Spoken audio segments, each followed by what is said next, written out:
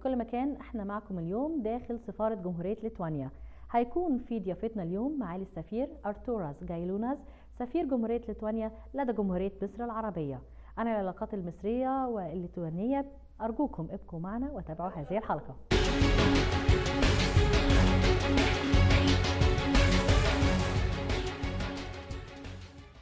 مشاهدينا في كل مكان، بيسعدنا ان يكون في ضيافتنا اليوم معالي السفير أرتوراس جايلوناس سفير جمهورية ليتوانيا لدى جمهورية مصر العربية. Your Excellency, please first allow me to thank you for having us today. Thank you very much. Thank you very much to you and to your team to coming here, for coming to the Lithuanian embassy here in Zamalek in Cairo. Your Excellency, of course there is an important diplomatic station passed by your life before you coming here to Egypt. Can you please tell us a brief about these diplomatic stations? Thank you. It's my 5th diplomatic posting. I served with the United Nations in Geneva, I served in Rome, and I was representative of Lithuania in Palestine. And so now I'm here in Cairo. I'm glad and proud to represent my country here in Egypt. What makes them special places as a spot of diplomatic stations? United Nations is always very impressive because all the nations come there from all regions, from all the continents, and you meet everyone, and it's very important to be there. Particularly, I served in Geneva during Lithuanian presidency of the European Union. It was very hard, very interesting work. Rome is like Cairo. It's all history, it's very impressive. Lots of bilateral relations between Lithuania and Italy. And my last posting before coming here was in Jerusalem and Ramallah in Palestine. It was very impressive posting, working with the various people and trying to put efforts with as much as possible within the European Union common policies in the Middle East peace process. Your Excellency, Lithuania considered one of the most beautiful countries in Europe. So can you please tell us more about the geographic nature of Lithuania? We usually joke, small, smart, green, clean. Lithuania is a country of very clean and very natural lakes, forests, woods. And well, we cherish it, and with this new green course, we are very keen to be there inside these policies of the European Union and world altogether. And country is not a big one. People, since we lack natural resources, we invest in our nature, and we invest first of all in our people. Your Excellency, can you please tell us what distinguishes the Lithuanian economy? Lithuania, like Egypt, Lithuanian economy didn't suffer much from the lockdowns during the COVID pandemic. In contrary, Lithuanian economy was growing since it's very much knowledge-based economy, based on new technologies, on computer technologies, and Lithuanians, due to our climate, were very comfortable to work from homes too. Lithuania also has an annual summit, science summit every year. So can you please tell us more about this summit and what's the aim of it? We are now preparing to the Life Science Baltic conference, which is based on biological technologies, where the scientists, companies, and state agents gather together both to share experience, their knowledge, and to match new partnerships for the future. And well, biotechnology is one of the 3 main Lithuanian edge technologies. It's next to the information technology. See, if we're gonna talk about the industry in Lithuania, what is the important industries in Lithuania? As I've mentioned, concerning semiconductors, concerning information technologies, it's, well, we produce machinery, in particular precise machinery. This high level, which are very competitive due to its high technology, and at the same time they are competitive in price. And laser technologies are one of our edge products, where we have decades-long experience together with the semiconductors, which are of extreme importance these days. Furniture, light technologies, food technologies, we also have these sectors. Oil products, we refinery in Mažeikiai, we produce the refined high-end oil products too. Natural and synthetic fertilizers. Synthetic fertilizers is again one of our products, and we have to, since lacking of really big and waste natural resources, we invest in high end of the production. That's where our industries are striving to. Your Excellency, can you please tell us about the National Day of Lithuania and how do you celebrate it here in Egypt? We celebrate 16th of February as the establishment of statehood, and we celebrate 11th of March of reestablishment of independence. This year we will celebrate reestablishment of independence on the 10th of March, and we will celebrate also 30 years of establishment of diplomatic relations between Lithuania and Egypt, which marks very nice, very particular date for our nations and bridges the geographic distance between us. Talking about the National Day, of course, lead us to talk about the Lithuanian citizens. Can you tell us more about the customs and traditions of the Lithuanian citizens? Our society keeps one foot in its history. It's even our national anthem speaks about that we should keep the strength of our grandparents. And on the other hand, we are also very modern and directed to the future nation. And when it comes to customs, every Lithuanian is born with a basketball in a hand. We are all mad with basketball. Every Lithuanian is an expert of basketball, following every single match. Sometimes basket is the main sport that really Lithuania have scores in it. The most popular, and time after time we win European Cups, and we are matching with the strongest teams during the World Cups and the Olympics. Can you tell us more about the role of women in Lithuania? Because I'm as a woman, of course I would like to know this. The role of women in Lithuania is very particular and very important. Lithuania was the second nation where the women got the right to vote in the parliamentary elections in 1920.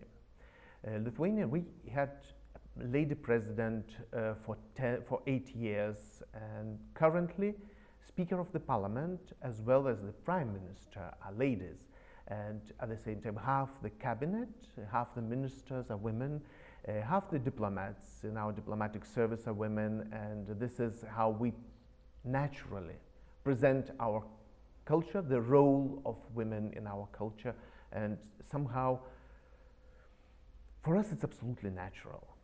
Your Excellency, you have mentioned earlier that you have been here for more than 1 year in Egypt. So if I may ask, what is the most important tourist destination you really like in Egypt? It would be very hard to find one particular destination in Egypt. Well, Egypt is so rich in destinations, and both archaeological sites, ancient discoveries, archaeological sites are so impressive. Just to name pyramids, it would be just one of the name. Valley of Kings, Valley of Queens, temples of Karnak and Luxor, temples in Abu Simbel. It's one side. The other side of tourist sites, well, White Desert, as well as the resorts on Red and Mediterranean seas. All these destinations are very impressive. If I would like to suggest one of my friends which tourist destination to choose, I would say just take a car and drive from Cairo to Abu Simbel and see all the Egypt there. And that would be my suggestion for any tourist that would have sufficient time. I guess it would take a week at least, but this would be my suggestion, to take a car and to see real Egypt. Your Excellency, my final question, do you see any similarities between the Lithuanian citizens and the Egyptian citizens or the society at all? There are many similarities, and Egyptian people are very friendly, very open, very curious, and very intense. Life is going, people are making friends very easily. For me and my wife, coming here and finding friends and getting with the people, getting along was a very easy task due to these features of Egyptian people: curiosity and openness and friendliness. And even there in the middle of the street, time after time, they ask just, would you like it? Do you need any help? Seeing that we are foreigners, and we're really glad with that. And this makes this curiousness and friendliness. This makes our societies and our peoples very close, and citizens of Egypt very, very nice and open. And Your Excellency, can you please tell us more about the agricultural technology that's been held in Lithuania? Lithuanian agriculture is based on milk production, and we started with milk, just regular ones, and now we ended up in creating all kinds of cheeses and other milk products, exporting them worldwide, starting with Russia, ending with Australia. You also have I hear that you also have a agricultural technology that's already in research. So can also tell us more about this? In our agricultural academy, we tried to produce the new sorts of both milk production and vegetable and wheat grain production. And it reached the level that the professor of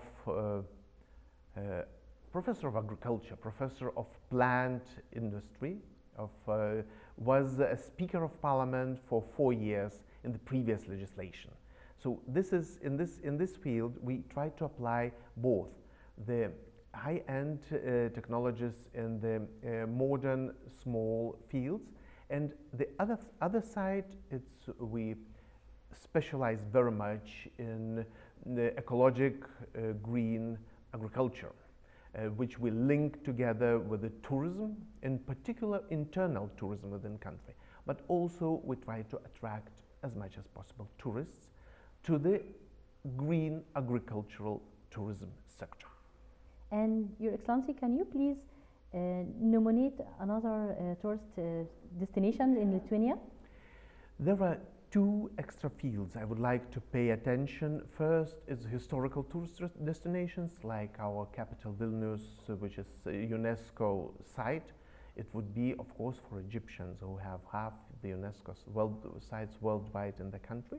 But it could be also interesting as a very distinguished and distinctive medieval cities, which are based and which are very well integrated into the landscape. And so historical tourism, and as well as spa tourism in the Lithuanian mineral waters resorts, where we attract lots of tourists from other countries of Europe as well as the Asia and African countries. If we speak about cultural tourism, so Kaunas, second city of Lithuania, now is European Capital of Culture 2022. With this program, all possible cultural events, both traditional and modern, are taking place there. Very important part in our culture is, and maybe in tourist sector too, would be singing traditions, and we involve tourists in our singing tradition, and we sing when we're happy, we sing when we're sad, we sing when we work. We even succeeded to make a singing revolution in 1990 against the Soviet communism. It was peaceful revolution which we won with songs, without weapons. And what other fields of art does Lithuania really succeed in? We are successful in paintings, both traditional and modern ones, and one very distinctive painter, Mikalojus Čiurlionis, he was painting from the fantasy and matching painting together with music. And we have a dream, my predecessor started that work, and I hope to continue to present his pictures together with the music next to pyramids. And this is a dream cultural project, yet since this gentleman, who didn't leave his motherland, made a cycle of pictures about pyramids, inspired by the Egyptian pyramids. This would be an excellent link between our cultures. The both cycle of his paintings together match to his music, and well, if we could present it next to pyramids, that would be really dream came true. Your Excellency, thank you so much for having us today. Thank you very much indeed. It was honor, joy, privilege for us to see you, to have you here in the embassy, you and your team. Thank you very much, and wishing you and all the TV viewers nice day and all success. مشاهدينا في كل مكان، كان معنا اليوم معالي السفير أرتوراس جايلوناس، سفير جمهورية ليتوانيا لدى جمهورية مصر العربية. شكرا.